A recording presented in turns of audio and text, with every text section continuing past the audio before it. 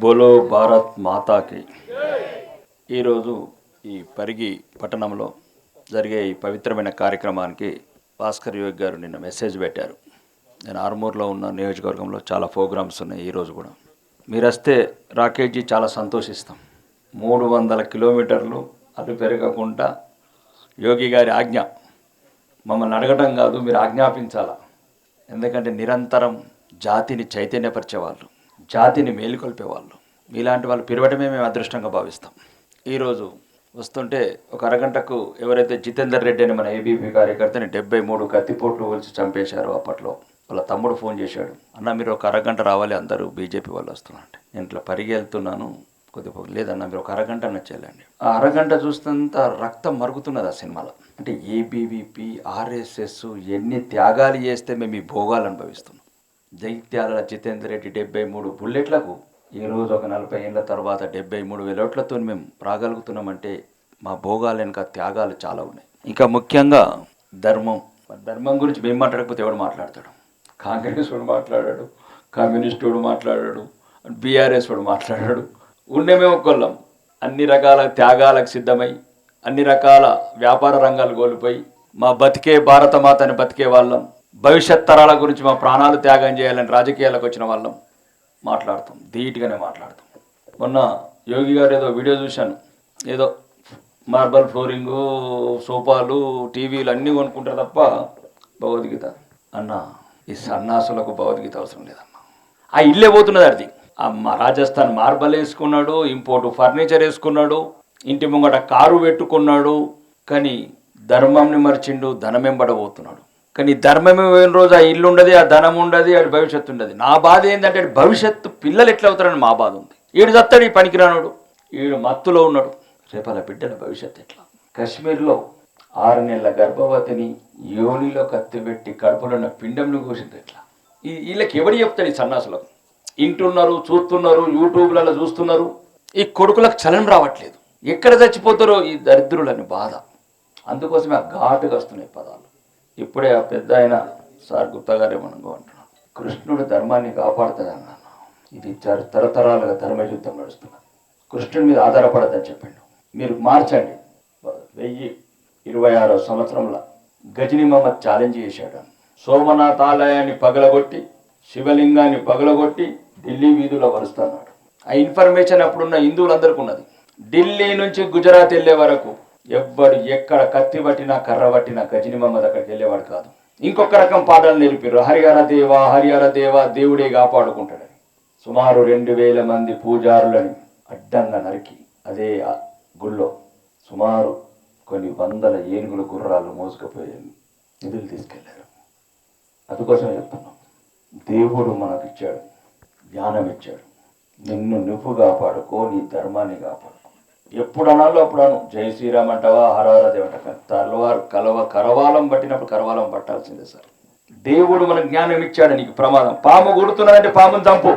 మనకు మనం ఒక్కటి లేకపోతే భవిష్యత్తు బాగా భయంకరంగా ఉంటుంది. చాలా చోట్ల దీపావళి పండుగ కూడా జరుపుకునేవట్లేదు, ఎక్కడో కనబడతలేదు, కళ్ళ ముందు కనబడుతున్నది. నిన్న ఫరీదాబాద్, మహబూబాబాద్, షారాన్పూర్, ఓల్డ్ సిటీ గజగజ అనుకుతున్నారు హిందువులు. కొవ్వొత్తులు ముట్టియాలంటే, లక్ష్మీ పూజ చేయాలంటే. మీరు ఇంకెప్పుడో చెప్తున్నారు ప్రమాదం వచ్చేసింది.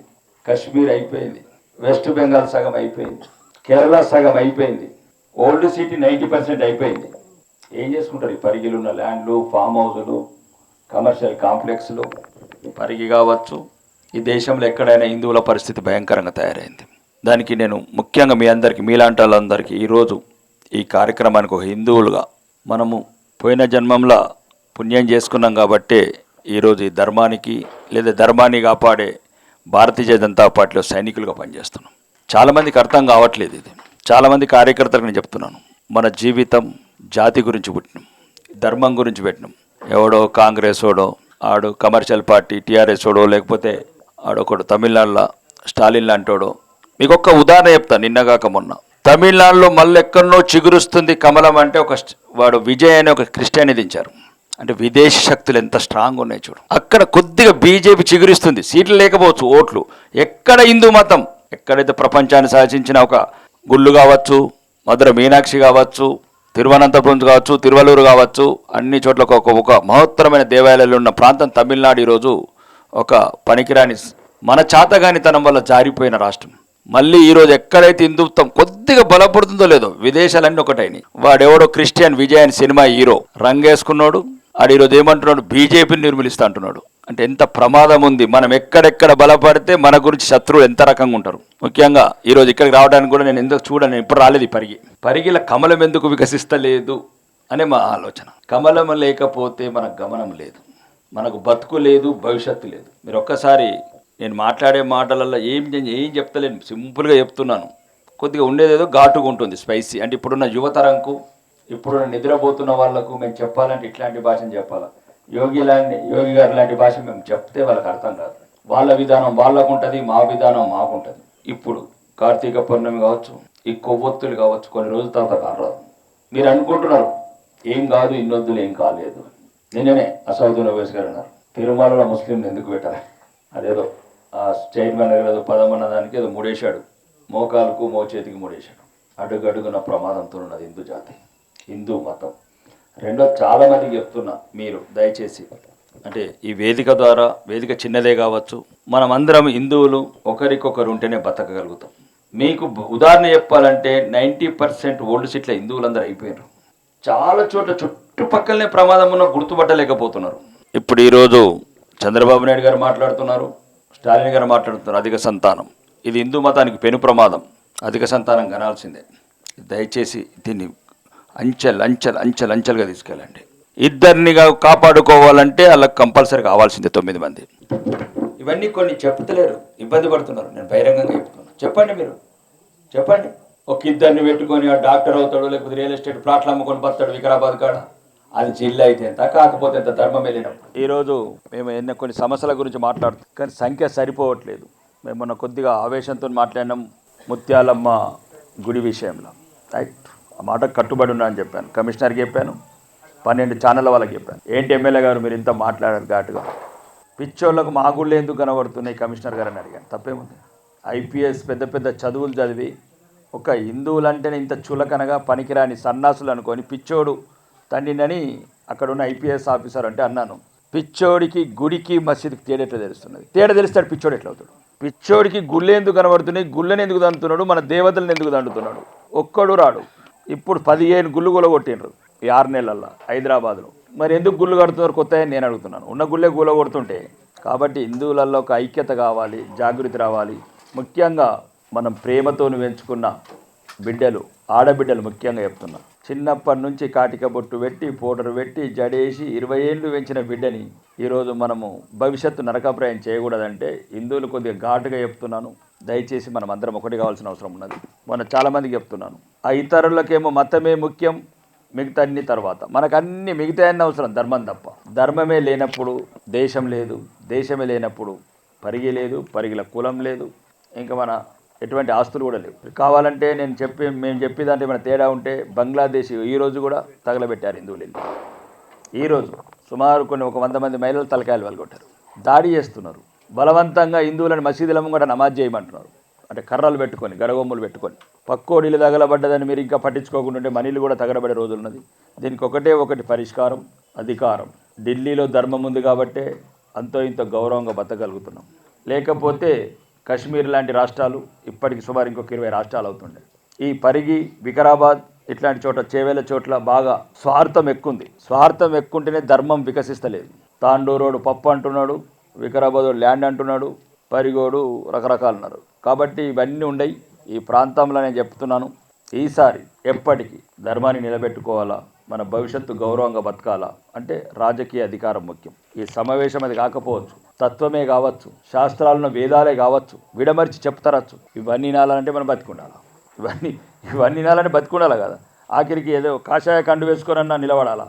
ఇప్పుడు మారుమూరు ఉన్నది, ఒకసారి చూడమని హిందువులు ఎవరైనా చూస్తారేమో. హిందువుల వైపు చులకనగా, హిందువుల వైపు అఘాయిత్యాలు, లవ్ జిహాదులు తగ్గించగలిగినాం. అలా కుట్రలన్నీ ఛేదిస్తున్నాం. మన ఇంట్లోనే మన బిడ్డల్ని మనకు కాకుండా చేస్తున్నారు. ఇవన్నీ పెద్ద కుట్రలు. ఇవన్నీ మనం ఎంతసేపు కార్లు, భూములు, బంగారము, మన్ను, మశానం అని కూడా తిరుగుతుంటాడు. మన బిడ్డల మీద లవ్ జిహాద్ చేస్తున్నారు. 3 అంతస్తుల మీద ఏంటంటే వాళ్ళ పిల్లల ఫోటోలు తీసుకొని లవ్ చేస్తున్నారు. ఆ అమ్మాయిలతోని మన మీద కేసులు పెట్టిస్తున్నారు తల్లిదండ్రులు. మీకు చెప్తున్నాను కొన్ని, ఇక్కడికి మీకు జరుగుతున్నాయో లేవో కానీ మా దగ్గర చాలా జరుగుతున్నాయి. మన బిడ్డలని బురికేసి వాళ్ళ కడుపులల్లో మన శత్రువుల్ని అంటున్నారు. మన రక్తం, మన బిడ్డని మాయమాటలు చెప్పి, మన బిడ్డని మోసం చేసి, మన బిడ్డని మతం మార్చి, మన బిడ్డల కడుపులల్లో మన శత్రువులను పెంచడం అనేది ఎంత ఘోరమైన మన భవిష్యత్తును కల్పిస్తుంది. ఆడొక్కడున్నాడు కలువారని నెలకు 3,000 మందిని క్రిస్టియన్లను తయారు చేస్తున్నాడు, హిందువులని. ప్రతి ఒక్కడు శత్రువే ఈరోజు, ధర్మానికి శత్రువు. మీరు దయచేసి ఈ ప్రాంత ప్రజలు కావచ్చు, ఒక్కసారి మనం గౌరవంగా మన దేశంలో మనం బతకాలనుకుంటే, మన రాష్ట్రంలో మనం బతకాలనుకుంటే రాజకీయ అధికారం, చాలామందికి చెప్తున్నాను, ఒకవేళ మా భారతీయ పార్టీ నచ్చలేదు, మేము నచ్చలేదు, మా కోటేయకండి, కానీ ఇంకొక హిందూ పార్టీకి వేయండి, హిందూ పార్టీ పెట్టుకోండి, ఇంకా 100 పార్టీలు పెట్టుకోండి. ఈ దేశంలో ఇప్పటి వరకు ఉన్నది ఒకే హిందువుల గురించి, సంస్కృతి సాంప్రదాయము, దేశ రక్షణ కావచ్చు, దేశ ఐక్యత కావచ్చు, హిందూ జాతిని కలకాలం నిలుపుకోవాలి, ఈ సనాతన ధర్మాన్ని నిరాటంకంగా కొనసాగించాలని ఒక పోరాడుతున్న పార్టీ. అన్ని రకాలుగా అవమానాలు ఎదుర్కొంటున్న మాలాంటి వాళ్ళు భారతీయ జనతా పార్టీ మాత్రమే. ఎన్ని వేదికల మీదైనా మాట్లాడతాం, ఎన్ని వందల గంటలైనా ఆర్గ్యూ చేస్తాం. మీకు సందర్భంగా సమయం కాదు, ఇంకా రాజకీయ సభలు మిగతా సభలు బాగా బ్రహ్మాండంగా మాట్లాడతాను. ఎందుకంటే ఇది కొంత పవిత్రమైన కార్యక్రమం. అహింస ఎంత అనుభవిస్తున్నాం మాకు తెలుసు. ఈరోజు రాజకీయ రంగంలో అన్ని వదులుకొని వచ్చాం. మేము కూడా బాగానే ఉన్నాం, మర్చిడెస్ కార్లు, కోకాపేట వీళ్ళు బాగున్నాం. కానీ ఇవన్నీ పోతున్నాయి, ధర్మమే పోతున్నప్పుడు ఇవన్నీ పోతాయని వచ్చినాం. బంగ్లాదేశ్లో మెంబర్ ఆఫ్ పార్లమెంట్ని కూడా చేతులు కట్టేసారు. గవర్నమెంట్ అధికారులు నుండి బలవంతంగా తండుకుంటూ రిజైన్ చేపిస్తున్నారు. పండుగలు చేసుకోవద్దు. ఇక్కడ కూడా హైదరాబాద్లో ప్రమాద గంటికలు బాగా ఘోరంగా ఉన్నాయి. మీరు అనుకుంటుండొచ్చు హైదరాబాద్ క్యాపిటల్ కూడా చెప్తుండొచ్చు పనికిరానుడు 4th సీట్ అనుకుంటా, 5th సీట్ అనుకుంటా, పూసి అనుకుంటా. ఇవన్నీ హిందువులు గౌరవంగా ఉన్న రోజులు, శాంతిగా ఉన్న రోజులు ఇవన్నీ నడుతాయి. హిందూ మతం పోయిందనుకో, నిన్నగాక మొన్న మేము ఏదో ఇక్కడున్న ప్రాంతంలో ఒక నాయకుడి దగ్గరికి పోతే అక్కడ ఒక కమ్మ మతాన్ని కలిశాడు. అన్న మీరు జర ముస్లిమ్స్కి అగ్నెస్ట్, నేను ముస్లింకి అగ్నెస్ట్ నేను ఏం మాట్లాడతలేనే అన్నాను. మా హిందువులను కూడా చెప్తున్నాను అంటే నాతో మాట్లాడిన తర్వాత బాయి చారేసే రయ్యింగే అన్నాడు. రైట్, మేము కూడా ఉంటాం, కానీ మీరు ఎక్కడెక్కడైతే మెజార్టీ అయినారో మమ్మల్ని ఆడుంచారు బాయి చారన్న, మేము కూడా బాయి చారని ఉంటాం. మాకు కూడా ఉన్నది హిందూ బాయి ఓన్లీ, హిందువులకు హిందువులే బాయి. వాళ్ళతో స్నేహితం చేద్దాం, వాడు స్నేహితం చేద్దాం. Direct argument. ఆయన ఎమ్మెల్యేగా పోటీ చేసిండు, నేను చెప్పిన మీరు మంచి ముస్లిమ్సే కావచ్చు, కానీ మెజార్టీ అయితే మీరు కూడా అట్లా తయారవుతారు, మమ్మల్ని చంపుతారు మీరు. లేదు నాకు సాక్ష్యం చూపి అని చెప్పిన. Pakistan, Bangladesh, Afghanistan, Kashmir, west Bengal, Kerala, Hyderabad old city, మా నిజామాబాద్ 42%, బైన్సా ఒక్క దగ్గర చూపించారు మీరు బాయిచారా ఉన్నారని అడిగింది. మీరు ఎక్కడెక్కడ మెజార్టీ అయినారో అక్కడ ఒక్కసారి చెప్పండి, ఇక్కడ మీ హిందువులను మంచిగా చూసుకుంటున్నామని మీరు చెప్పండి. మీరన్నా చెప్పండి, ప్రజలతోనే చెప్పండి. ఎక్కడన్నా ముస్లిమ్స్ మెజార్టీ అయిన చోట హిందువులని బాయిచారా చూసిరని ఒక్క చోట చెప్పినా రేపు తెలంగాణ అసెంబ్లీ కూడా నా తల నరుక్కుంటాను. ఇది నిజం. కాబట్టి మనం బతికినన్నొద్దులు గౌరవంగా బతకటం. మనకున్నది ఒకే ఒక దేశం. సుమారు మీరు అప్పుడప్పుడు చూడండి, నేను చెప్పిన నిజాలు చెప్పండి సమాజానికి. 5,000 గుళ్ళు, బాత్రూములు, మేకల ఫామ్స్, కోళ్ళ ఫామ్స్. ఈరోజు మనం ఒక కృష్ణుడు విగ్రహం చూస్తేనే ఇట్లా ఈ రకంగా ఆరాధనతో చూస్తాం. అట్లాంటి గుళ్ళని మన కళ్ళ ముందే దండుతున్నారు, మన కళ్ళ ముందే కూలగొడుతున్నారు.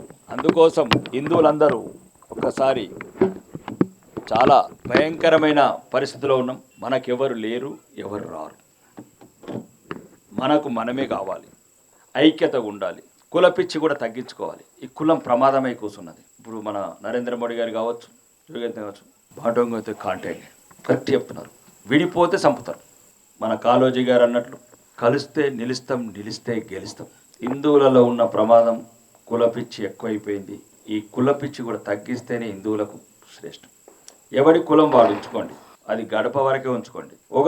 ఒక కులాన్ని చులకనగా మాట్లాడకండి. మరి ముఖ్యంగా మీకు ఎందుకు చెప్తున్నానండి, ఇంత ఈ కార్యక్రమంకి వచ్చారంటే మీరు అందరూ అంత ఇంత సంఘంలో ప్రభావితం చేసే వ్యక్తులు. నేను మామూలు సామాన్య జనం వస్తే ఆ స్పీచ్ వేరే ఉంటుంది. మీకు ఒక్కరికి చెప్పినా 100 మందికి చెప్పినట్లు. నేను మీకు ఒక్కరికి చెప్తే మీరు 100 మందికి చెప్పినట్లు. సామాన్య జనాలను మేము ఏ రకంగా ఆలోచింపజేయాలి, ఆ విధానం వేరే ఉంటుంది. మీరు ఎక్కడెక్కడైతే మనం అవమానాలు పొందుతున్నాం దాన్ని, అవును నేను చెప్తున్నాను, చాలామందికి చెప్తున్నాను, మాకు తెలంగాణ సెక్రటరేట్ మీద కాషాయ జెండా ఎగిరేయటమే మా ముఖ్య లక్ష్యం. ఆ రోజు కూడా చెప్పాను, బరాబరి చెప్పాను. కొద్దిగా ఇబ్బంది పడ్డారు ఆఫీసర్లు. అవును, కాషాయ జెండా ఎగురితేనే కాకి బట్టలు మేము చెప్పినట్లు వింటాడు. మా గుళ్ళు కొలవటమని చూద్దాం, అప్పుడు కళ్ళు వీకెత్తాం. గుళ్ళ వైపు చూడమని, మా హిందూ ఆడబిడ్డల వైపు చూడమని, మా హిందువులని ఎవరన్నా అవమానం పాలు చేయమని చూస్తాం. ఈ వేదిక ద్వారా చెప్తున్నా, ఒక్కసారి కాషాయ జెండా ఎగిరినాక తెలంగాణ సిగరెట్ మీద ఎవడన్నా హిందూ అమ్మాయిల మీద వైపు లేదు, హిందువుల వైపు చూడమా. పిచ్చి పిచ్చి ఛానళ్ళు హిందూ దేవతలను అవమానం పాల్చేస్తారు, హిందూ డాన్సర్లు హిందూ దేవతలతో డాన్స్ చేపిస్తారు. మరి చేపియరేమరా వేరే మతాలతో లేరా? వేరే మతాలల్లా మహిళలు మా సీతమ్మ అంటే అవమానం, మా ద్రౌపది అంటే అవమానం. కాబట్టి అన్ని సెట్ కావాలంటే అది కాషాయంతోనే సాధ్యమవుతుంది, అది అధికారంతోనే సాధ్యమవుతుంది. కాబట్టి మీ అందరికీ నేను ఒక సోదరుడిగా చెప్తున్నాను, ఎమ్మెల్యే ఈరోజు ఉంటాం రేపు పోతాం, కానీ ఏదో ఒకటి చేసిపోతాం ధర్మానికి, ఏదో ఒకటి భవిష్యత్ తరాల బిడ్డల్ని బానిసలుగా చేయాలి. మా కళ్ళ ముందు కాశ్మీర్లో అయినట్లు మేము భరించలేము, మా పిల్లలు అవుతాయి. మా కళ్ళ ముందే మా పిల్లలు ఓల్డ్ సీట్ల బలాత్కారంలో ఉన్నట్టు మళ్ళీ భరించలేము. పరిగి బిడ్డలు, వికారాబాద్ బిడ్డలు, చేవెళ్ళ బిడ్డలు మా కళ్ళ ముందు అవమానాల పాలవుతుంటే, అపహాస్యం పాలవుతుంటే మేము భరించాం. కాబట్టి ఇప్పుడు బరాబర్ తీసుకొచ్చినాం లైన్లోకి. ఇంకున్నది ఇంకా 2-3 ఏళ్ళు ఉన్నది. నిరంతరం పోరాడతాం ధర్మం గురించి, పేద ప్రజల గురించి, సామాన్య ప్రజల గురించి, మహిళల గురించి, రైతుల గురించి, రాజకీయ వ్యవస్థ ప్రభావితం. కానీ ఏదైనా కశ్మీర్ కూడా ఉదాహరణ కావాలి. 48,000 కోట్ల బడ్జెట్ ఇచ్చినాం మొన్న. ఈ 3 సంవత్సరాల నుంచి ఇవ్వనంత డబ్బు డెవలప్మెంట్ చేసినాం. చిన్న బ్రిడ్జిలు కావచ్చు, వంతెనలు కావచ్చు, ఎయిమ్స్ కాలేజీలు కావచ్చు, హాస్పిటల్ కావచ్చు, రోడ్లు కావచ్చు, బ్రిడ్జ్ కావచ్చు, రైలు కావచ్చు, టూరిజం కావచ్చు, మొత్తం ఒక్క సీట్ రాలేదు. మీరు కూడా ఆలోచించండి. వాళ్ళకన్నీ ఎన్నెన్న పెట్టు, వాడి ఓటింగ్ వచ్చే వరకల్లా వాడికి ఆడి ధర్మమే ముఖ్యం. ఎవరైనా సరిగ్గా అర్థమని ఉంటే నా దగ్గర నుంచి నేను మాట్లాడతాను. మీరు కూడా ఎవ్వరు ఎక్కడున్నా ఏమున్నా చైతన్యం రగిల్చండి, మేల్కొల్పండి. జాతి 800 సంవత్సరాలు ఎంత అవమానాల పాలైంది. మీరు కాదంటే పాశం యాదగిరి యూట్యూబ్లో చూడండి. ఎప్పుడో కాదు, సుమారు రాకముందు 1948 ముందు, ఒక వారం రోజుల ముందు, ఒక 5-6 ఏళ్ళ ముందు, పన్నులు కట్టకపోతే గోర్లు దిగేసుడు, భర్తలని చెప్పి బతుకమ్మలాడిచ్చుడు ఎక్కడో జరగలేదు. అది మన హైదరాబాద్లోనే జరిగింది, పరిగిలోనే జరిగింది, నిజామాబాద్లో జరిగింది. అవమానాలు ఎదుర్కొని సచ్చి పోరాడి ఈ స్థితికి వచ్చినాం. ఈరోజు మంచిగా ఆనందంగా ఉన్నాం, అంతో ఇంత చైతన్యం వచ్చింది. కార్లలో తిరుగుతున్నాం, భూములలో తిరుగుతున్నాం, ప్లాట్లు కొనుక్కుంటున్నాం, మంచి మేడలు కట్టుకుంటున్నాం. కాబట్టి ఇక ముందు మీరందరూ నిరంతరం ధర్మంతో పాటు ధీరత్వం కూడా నేర్చుకోండి.